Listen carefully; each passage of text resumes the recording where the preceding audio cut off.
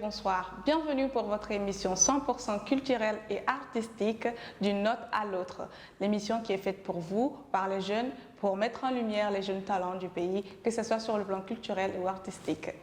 Ambalma Ouani Cléama Oufo, Dante Folimina, Aoufin Fenyabana Niwatina, Abauka émission de Kono, Nama Fomima, Co d'une note à l'autre. Ou émission ici Kounye, Yasa Kase Kamali Demsenu, Fin Febebara Kase Konu Don Kota Fanfe, Kolubla, Abela de Len Kase Koludon. Ambaufo, Aka Majo, Anaoka Sigili, chaque fois quand on a dit, avec Jaranye, Ambaufo, Aka Sigili là. Anga bi émission Konana, a invité Mousro, ou invité Newman Badi, Ama Famako artiste.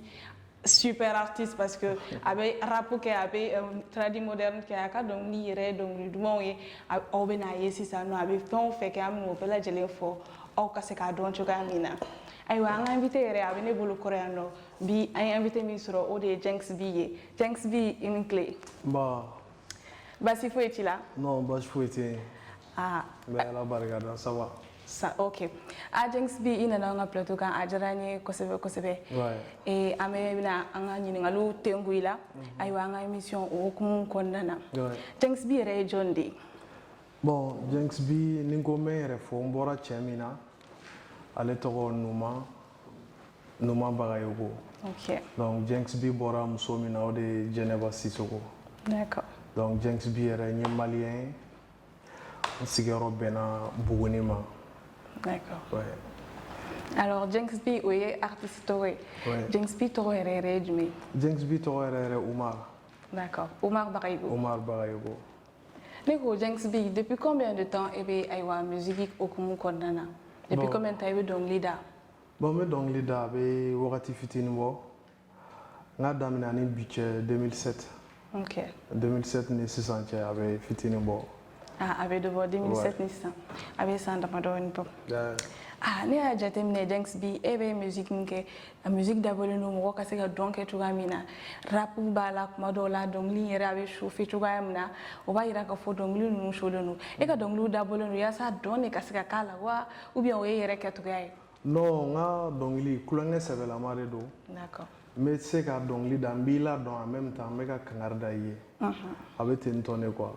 Ah, oire koni be kulenga ke chugo chugula ki kase ka aywa kalando sura kono ashika na shichen quoi ore kain ouais ne ko Jenks B musique boli ala et be activité du mon radique ou bien et donc li dalade 1 point c'est tout Jenks B ne donc li dalade 1 point c'est tout ko nana ay ni donc li ko ne mane ba la medi ye afoko muso flabe no ko lube inafo I woloba donc il veut faire comme il faut.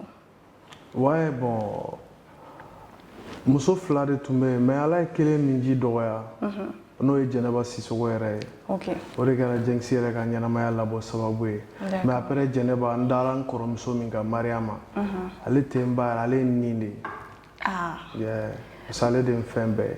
D'accord. Ouais. Donc l'objectif, il me fait qu'il k'a fɔ mɔgɔ min i lamɔ ani maa min kɛra sababu ye ka na diɲɛlatigɛ kɔnɔ an ye faamuyali sɔrɔ o la maa min i lamɔ o i kan ka kɛ i ni ye kosɛbɛ kosɛbɛ ayiwa i ka single dɔ bɛ yen nɔ ko ne taara arisa yɛrɛ o dɔnkili in ka di mɔgɔ caman ye ne ko inspiration nana i la cogo di jar kulonkɛ dɔrɔn a sɔrɔla kulonkɛ de fɛ n ka denmisɛnnin dɔ bɛ ale de bɛ te wuli bon don dɔ la an fila sigilen don a ye premier wuli a ye verre fa musi de la quoi d'accord ne ko n t'o fɛ ok ne ye musi in fiyɛ ka bɔ verre kɔnɔ deuxième nana se sisan a y'o kɛ suraka te yɛrɛ ye musi t'a la ne ko n ko nin kɔrɔ ko ne ko ko n tɛ musi fɛ donc o de la ale y'a kɛ tan donc n sigilen tora dɔrɔn n ko n'i y'o k'i yɛrɛ la I kana kɛ ne la I y'a k'i yɛrɛ la ka kumakolon fɔ ne ma I y'o f'i yɛrɛ ma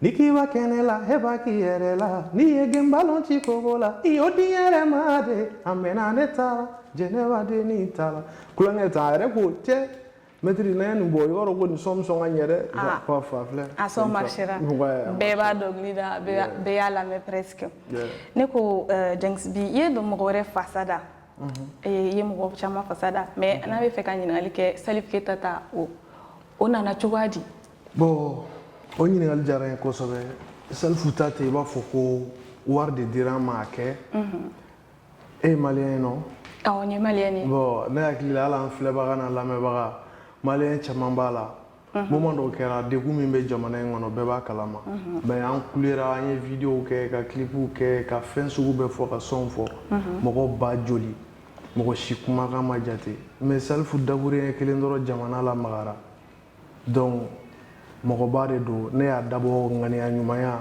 k'a yirala k'a fɔ a jatelen don quoi. D'accord. Ayiwa o yɛrɛ i ye question posé a bɔra kuma wɛrɛ kɔnɔna na n kun bɛna kuma min posé parce que an bɛ actualité de kɔnɔna na i ka dɔnkili gansan tɛ i ka actualité ye fɛn o fɛn bɛ jamana kun kan o bɛɛ lajɛlen bɛ jate i ka actualité fɛ ayiwa ko minnu bɛ jamana kɔnɔ bi kunun ni bi e yɛrɛ hakilinata ye mun ye a la en tant que jeune malien. Bon o ɲininkali fɛnɛ diyara n ye Mali bɛ kasi de la Mali yɛrɛ ɲɛji banna quoi. Jamana in ɲagaminen don san ne bɛ se ka fɛn fɛn fɔ ne fa n baw n kɔrɔ n dɔgɔw n filanw ani mɔgɔ wɛrɛw ninnu wagati ninnu tɛ kɛlɛ kuma ye ko ɲagaminen don wagati o wagati o tɛ kɛlɛ kuma ye o tɛ ɲɔgɔn nabila kuma ye o ye basigi wagati de ye ni ko an ka ɲɛ ka jɛ ka bɛn ka kɛ kelen ye ɲɔgɔn lamɛn ko to ɲɔgɔn ta la ɲɔgɔn gasi sigi de b'a kɛ. O kɔfɛ n tɛ se ka fɛn caman fɔ mais n bɛ dugawu kɛ Ala ka Mali suma Ala ka suma Ala ka suma. Amina yarabi. Ayiwa o yɛrɛ hakilina kan ka kɛ denmisɛnninya mɔgɔ bɛɛ lajɛlen ta fan fɛ parce que n'i y'a mɛn jamana an denmisɛnninw de don an k'a lajɛ k'an hakili kɛ kelen ye ka baara kɛ yaasa an bɛ se ka bɔ nin dingɛ kɔnɔ cogoya min na Mali y'an bɛɛ de ta ye Mali y'an bɛɛ ka jamana ye halisa Ala k'a sumaya ka dugawu bɛɛ lajɛlen minɛ an bɛ bɔ nin cadre in kɔnɔna na parce que an b'a dɔn k'a fɔ Mali ka d'an ye cogo min na ni kuma fɔra kuma min b'an dusu la an bɛ bɔ o kɔnɔ dɔɔni ka yɛlɛ dɔɔni kɛ parce que ne yɛrɛ ye solo fasa mais ne kun b'a na solo min don n tilala k'a faamuya k'a fɔ ne bɛ humoriste min lajɛ o de don an ka nin émission in kɔnɔna na an b'a fɔ fɛn dɔ ma ko note d'humour o hukumu kɔnɔna na ne bɛ fɛ ka ɲininkali tɛngu i la i ka humoriste préféré ye jɔn de ye question kɔni ne bolo a jaabi bɛ ne bolo mais e k'a jaabi. mais e yɛrɛ y'a tɔgɔ fɔ. awɔ mais i k'a fɔ an lamɛnbagaw bɛ. ouais Sulemani Keyita alias Ba Kante. voilà bon sisan Sulemani Keyita a ka sketch jumɛn de ka di ye ni sketch ninnu bɛɛ lajɛlen. non n y'a ka vidéo dɔ lajɛ a taara courant de dilan quoi on dirait dɔ ka courant de tigɛra a taara k'a bɛ taa compteur dilan bon compteur in dilanyɔrɔ yɛrɛ de la ne banala yɛlɛ bolo ye a n'a ka paranti min bɛ ɲɔgɔn fɛ courant y'a minɛ ko kelen a y'i tufa quoi bon filanan na a magara fili la courant de y'a sɔrɔ an bɛ baliko la dɔrɔn a kunkolo bɛɛ sisira a ka si yakasa o ma kɛ juguman ye a bɛ fɛ ka fɔ paranti ye ko ka minɛnw de ta an ka taa so sisan n'a ye paranti kɛ wele a ko he paranti a bɛ lege tu quoi. Jenks bi bɛ fɛ ka dɔnkili da i bɛ fɛ ka featuring kɛ i b'a kɛ ni artiste jumɛn ye sisan. bon ni wagati in na o hakilina tɛ n na olu ye don n'a nata kow ye y'a ye don min na n'a diyara n ye peut-être o mɔgɔ fɛnɛ bɛ se ka choisir o don. n'Ala sɔnna. donc ɲininkali min bɛ yen sisan nɔ Jenks bi o de ye k'a fɔ i y'a fɔ ko dɔnkilida taara e sɔrɔ so i bɛ fɛ ka mun fɔ o yɔrɔ la yalima e bɛ dɔnkili da a mɛnna walima i somɔgɔw fana bɛ dɔnkili da o ko bɛ cogo di. ouais non n b'o kuma fɔ ne fa yan fan fɛ dɔnkilidala tɛ yen n ba yɛrɛ fan fɛ dɔnkilidala ma bɔ yen donc ne de kɛra mɔgɔ fɔlɔ yɛrɛ ye ka dɔnkili da an ka kabila yɛrɛ bɛɛ donc depuis n t'a dɔn ko n bɛ don dɔnkilida la n tun bɛ to ka dɔnkiliw da n bɛ to ka n ba fasa da dɔnkilida ko banna ni tun bɛ n na quoi. donc o yɔrɔ de la n b'a fɔ a bagara yɛrɛ ma parce que a ye n sɔrɔ so n m'a ɲini ka kɛ dɔnkilidala ye mais dɔnkili de y'a ɲini n ka kɛ ale dabaga ye quoi. en tout cas a bɛ dɔn dɔnkiliw yɛrɛ la tellement que a bɛ dɔn k'a fɔ dɔnkilida ka di dɔnkilidala ye misigi ninnu bɛɛ lajɛlen na i b'a senti ka misigiw la ayiwa ne ko de tun ye featuring ko kuma fɔ nka an bɛna segin kɔ tuguni dɔɔni ka segin a question kan cogo sugu wɛrɛ la est-ce que dɔnkilidala wɛrɛw bɛ yen minnu ye i contacter pour que aw ka se ka dɔnkili da ɲɔgɔn fɛ wa. ouais dɔnkilidala caman ye n contacter mais n bɛ wagati min na sisan featuring man di n ye. n bɛ baara dɔw la o kama featuring nege tɛ n na sinon a bɛ n na saliya. d'accord. a tɛ i b'a fɔ n t'a kɛ quoi mais don n'a nataw wagati bɛ kuma a bɛ ɲɛ sɔrɔ. Ala sɔnna ma. En tout cas dɔw ko featuring bɛ artiste ka musique caya ka diversifier yasa a bɛ se ka segin musique kan cogoya min na de façon à ce que ani mɔgɔw ka ɲɔgɔn don ɲɔgɔn na quoi. O kama en général a ɲininkali ninnu c'est important de savoir si la personne envisage de faire voilà des featuring.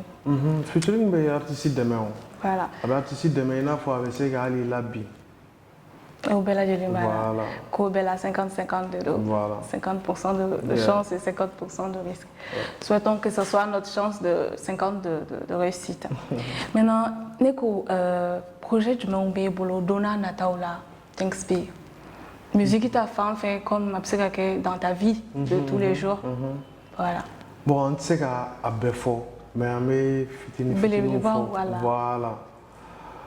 Ni wakati là-bas album bannen tun bɛ n bolo album kura bannen a tun bɛ yen tɛ a bɛ yen n tun kan ka album bila a bɛnna ni confinement ye donc a man di n ye ka album bila ka passer inaperçu. C'est vrai. C'est pas bon donc o ye kow lasumaya mais a tilara ka n pousser an ye baara caman wɛrɛw fɛnɛ kɛ dibi la clipu camanw b'o la bon an bɛ ka concert ko dɔw fɛnɛ bɛlɛn Nico Thanksby, dans la vie de tous les jours, est-ce que tu es marié ou célibataire? Je demande pour toutes les personnes qui regardent, on ne sait jamais. Voilà. Non, tu es d'accord. Alors, nous sommes d'accord. Mais il est dans la bloc, on va voilà, il faut le donc nous sommes Neko Thanksby, est-ce que a cappella do kanye ika dongli nu bela jele na dongli jumé est-ce que a cappella ke neni ala me bako bela jele? Ouais, ouais non. Iye mama, mama, oh Geneva, mama, iye seke mi kaunye, atone kodon, iye de kumi kaunye. Ne jangi bodon, iye toro mi kaunye, iwolo denu bodon, mama ye fini ko sara lake, mama nyosusu sara lake, ne ba ye fini kala ubeke, fuka mama bolo ubedi mi dondola, gerebu yala bekera, wala saka wolo denu nahina, bila isa bakara yerema, Geneva, wolo ka jurutila, alika dane jangi ma, Geneva sisoko, wolo ka jurutila he. E fama ala kai kira kai me Geneva nyon kadoko neba mama Geneva nyon konte iye neba mama Geneva nyon te. Merci beaucoup. Ijara kodu. Aiwa amsega foko ni dédicacé kadi babulu babela jelema toutes les mamans musu bela jele fait aiwa munu occupé de onabi ambolu fo à travers cette chanson. C'est ça no ne be feka ni dingal discret ndoke. Bon on va dire indiscret. Neko ibe rapu ke ou bien ibe jarure ke ka faraka. Ou bien question dans la clé à finir là. Donc est-ce que n'est beauty double là c'est ça non? Est-ce que rap pour improviser ou sans faire ça? Non, beauty be. Bitibé. Donc, on a fait que les réalisateurs apparemment pas de l'eau. Je dois lancer. Donne-nous un truc qui va déchirer.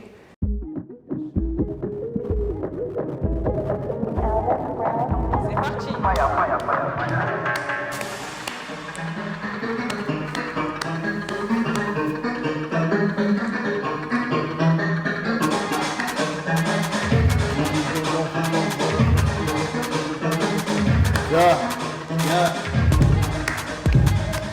On dit que l'argent ne fait pas le bonheur, mais si tu as du bonheur autour de toi, tu vois mon frère, l'argent c'est rien, ça va, ça vient, yo là c'est bien, yo la beauté faire traîner car t'as pas de jet, tu n'as rien sur toi, t'as pas de money, cash, ni rien, mais comment me sait qui plaît, tu comptes réagir Abraham, tu passes ton salam, on te haram, au lieu de t'approcher à Juju Zagawa, t'allais te faire un chihuahua. Chaque jour, tu vois tes frères et sœurs se font tuer en escaladant des barrages d'immigration. À cause du bleu, d'après Talbi, il te doit faire là. Il t'a ni les colocan, il passe à Kaïdja, nega, il a chamanta. Kana songa na te ka tote ka bante ka klaka ke bofu safuye. Mauye wari gla o etain, donde be wari kla o alai mai, isondolai. Dia nyepo kana sa. Merci beaucoup. non c'est ça non Jenks bi aywa me kuma dima kase kay ka foli di am balima bela jelema ni kuma fin bi bolo kuma là-bas appel je ne sais pas mais tout ce que tu as à dire pour tous ceux qui nous regardent. Ouais nga foli beleleba be aw yɛrɛ aw ni ce aw ka cɛsiri la aw ni ce kɛn yɛrɛ ye baara la o kɔfɛ n bɛ an lamɛnbagaw ni an lajɛbaga bɛɛ fo n ka kumakan laban o ye n bɛ dugawu de kɛ toujours ala ka mali suma ala ka suma ala ka suma ne ni aw ni olu ala ka hɛrɛ k'an bɛɛ ye k'an sɔn labanko ɲuman na Jenks B. En tout cas, fait album Kota fait d'une note à l'autre équipe.